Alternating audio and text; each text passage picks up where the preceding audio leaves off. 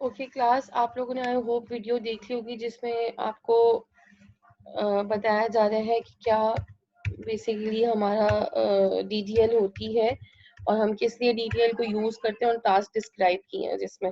ठीक है, तो क्लास सिंपली हम सबसे पहले देख लेते हैं कि हम अपने टेबल का, मैंने जैसे आपको कहा था कि आप अपने टेबल के रेप्लिका पे काम करेंगे, तो हम सबसे पहले देख लेते हैं कि टेबल का रेप्लिका कैसे क्रिएट किया जाता है और कैसे किसी टेबल को क्रिएट किया जाता है। हम एम्प्लॉय का ही रेप्लिका बनाएंगे, क्योंकि अगर हम एम्प्लॉय के टेबल पे डायरेक्ट काम करेंगे तो हमारा एम्प्लॉय का टेबल ऑल्टर हो जाएगा। तो हमें अपने एम्प्लॉय के टेबल को ऑल्टर नहीं करना, हमें आगे भी इसे यूज करना है। तो इसलिए हम टेबल क्रिएट करेंगे, एम्प्लॉय का एक रेप्लिका क्रिएट करेंगे। क्रिएट का कीवर्ड यूज होगा क्रिएट टेबल।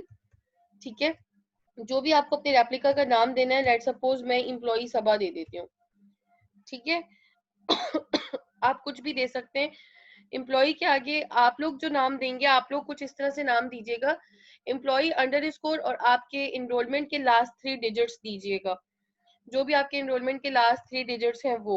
फिर हम एज का कीवर्ड यूज करेंगे। हम क्या कह रहे हैं, क्रिएट टेबल, क्रिएट करो टेबल जिसका नाम हो एम्प्लॉय सबा। एज, एज में अब हमारे पास क्या आ जाएगा, एज सिलेक्ट, सिलेक्ट का क्यूरी दे रहे हैं हम, सिलेक्ट ऑल फ्रॉम EMP। तमाम चीजें वो सेलेक्ट कर लो जो एम्प्लॉय के अंदर है। अब अगर हम यहाँ पर क्रिएट करे होते ऐसा टेबल जिसमें हमारे पास रेप्लिका हमने ना बनाना होता, जैसे हमारा जो लास्ट टास्क है उसमें हमने क्रिएट करना है टेबल, फैकल्टी का टेबल बनाना है और डिफरेंट टेबल्स बनाना है ना, तो हम सिंपल क्या करते हैं, क्रिएट करते हैं टेबल। और क्रिएट टेबल किस तरह से क्रिएट करते हैं, क्रिएट टेबल लिख के, फैकल्टी लिख के, और जो भी हमारी फील्ड्स होती हैं वो फील्ड्स देते जाते हैं, उनके साथ ही उनका डेटा टाइप भी देते जाते हैं। मैं आपको वो एक टेबल भी क्रिएट करके बताऊंगी ताकि आप लोगों के लिए आसानी हो जाए। अब ये वाला क्यूरी रन करके देखें, टेबल क्रिएटेड, ये हमारे पास हो गया टेबल क्रिएटेड। अगर हम चाहें DESC सबा, देखो जो जो फील्ड्स आपके एम्प्लॉय के टेबल में थी वो एम्प्लॉय सबा में आ गई। ठीक है, DESC डिस्क्राइब किया है ना टेबल को ताकि उसकी फील्ड्स पता चले। अब हम आते हैं जरा टेबल को अपडेट करने के लिए ऑल्टर की कमांड यूज करते हैं। ऑल्टर, अब अगर हमने इसमें कोई ऐड कराना है, कॉलम ऐड करवा रहे हैं लेट सपोज हम ना, तो हम जब कॉलम ऐड कराएंगे तो हम क्या करें, अब हम किस तरह से कॉलम ऐड कराएं वो भी हम देख लेते हैं ताकि हमें आसानी हो जाए। अच्छा, हमने उसी कॉलम को, उस कॉलम के टाइप को मॉडिफाई भी करना है, तो हम एक ऐसा कॉलम ऐड कराते हैं, ऑल्टर कराते हैं। आपको मैं मॉडिफाई करना भी सिखा देती हूँ। ऑल्टर टेबल EMP सबा ऐड, ऐड का कीवर्ड यूज होगा। उसके बाद हम क्या करेंगे, जो भी हमने कॉलम ऐड कराना है, लेट सपोज हम एज करा देते हैं, यहाँ पे एज का कोई कॉलम नहीं है, एज। और एज का वैसे तो डेटा टाइप इंटीजर होना चाहिए था, लेकिन हम इंटीजर की जगह इसका गलत डेटा टाइप लेते हैं, वारचार ले लेते हैं। ठीक है, यहाँ पे आप लोग देख रहे हैं ना, वारचार का डेटा टाइप लिया हुआ है, वारचार ले लेते हैं या वारचार 2 ले लेते हैं, वारचार 2। आर्ग्यूमेंट कोई भी पास करा देते हैं और ये हमने एक डेटा टाइप ले लिया, वारचार 2 के डेटा टाइप से एक हमने कॉलम ऐड कराया है एज। अब देखते हैं हमारा ऑल्टर्ड। ठीक है, अब वापस टेबल चेक करो, DESC EMPSABA सबा, देखो एज का कॉलम आ गया, सही, और उसकी टाइप वही थी जो आपने रखी है। अब हमने क्या करना है, इस टेबल को मॉडिफाई करना है। क्यों मॉडिफाई क्यों करेंगे हम, तो ये मेरा SQL जो है ना, मॉडिफाई हम इसलिए करेंगे क्योंकि हमने अपने टेबल में डेटा टाइप सही नहीं रखी। ठीक है, अब हम मॉडिफाई करते हैं। अब इसी कॉलम को हम मॉडिफाई करेंगे, ऑल्टर, ऑल्टर टेबल। ऑल्टर की कमांड में तुम्हें पता है ना, ऐड भी कर सकते हैं, ड्रॉप भी कर सकते हैं, मॉडिफाई भी कर सकते हैं। ठीक है, यानी कॉलम ऐड कराने के लिए ऑल्टर यूज करेंगे, कॉलम डिलीट करने के लिए ऑल्टर यूज करेंगे, और कॉलम को मॉडिफाई, डेटा टाइप को चेंज करने के लिए ऑल्टर की कमांड यूज करेंगे। याद रखना, हम इसमें रिकॉर्ड्स पे कोई काम नहीं करें, सिर्फ कॉलम्स पे काम करें, रोज पे काम नहीं करते डीडीएल में। रोज के लिए हमारे पास दूसरी लैंग्वेज होती है जिसको हम डेटा मैनिपुलेटिंग लैंग्वेज करते हैं। हम डेटा के साथ कुछ नहीं करें, हम सिर्फ स्ट्रक्चर के ऊपर काम करें, स्ट्रक्चर के साथ हम जो भी चेंजेस करें हम इसके टेबल के स्ट्रक्चर्स पर करें, हम डेटा के साथ कुछ चेंज नहीं करें, डेटा को हमने कुछ चेंज नहीं किया। डीडीएल सिर्फ स्ट्रक्चर पे काम करती है, चेंज करती है स्ट्रक्चर को। अच्छा जी, ऑल्टर टेबल EMP सबा मॉडिफाई करना है हमने एज, और मॉडिफाई करके क्या करना है उसको इंटीजर या नंबर कर दो, इंटीजर नहीं सॉरी नंबर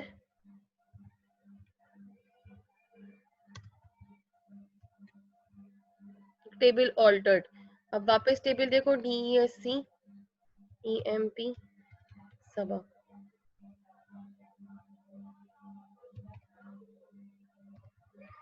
देखो एज पहले वो 842 आ रहा था, यहाँ पे देखिए अब हमारे पास नंबर आ गया। अब हम इस कॉलम को ड्रॉप कर देते हैं, मींस डिलीट कर देते हैं अपने टेबल से।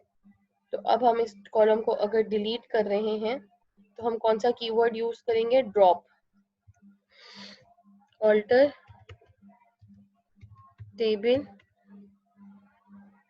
टेबल यूज किया कमांड वापस, और टेबल हमारा है क्या, EMP सबा। और अब हमने करना क्या है, ड्रॉप कॉलम करना है, ड्रॉप कॉलम। और कौन सा कॉलम ड्रॉप करना है, एज टेबल ऑल्टर्ड।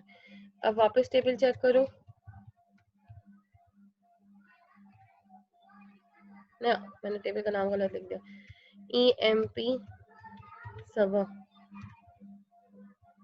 देखो एज का कॉलम आपका ड्रॉप हो गया।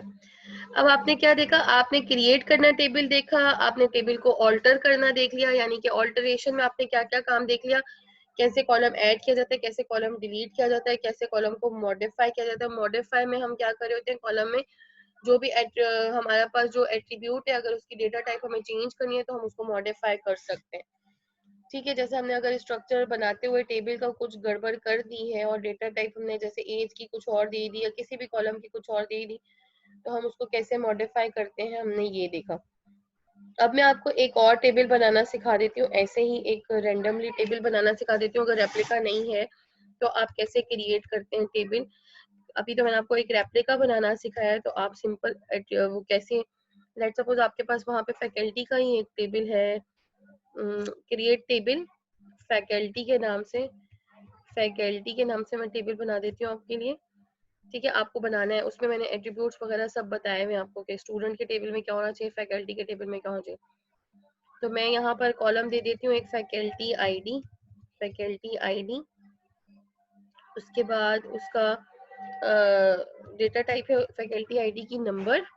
ठीक है, ये हो गया एक एट्रीब्यूट, कॉमा, और एक मैं दे देती हूँ फैकल्टी नेम, और फैकल्टी नेम की जो डेटा टाइप है हमारे पास वो होगी कैरेक्टर।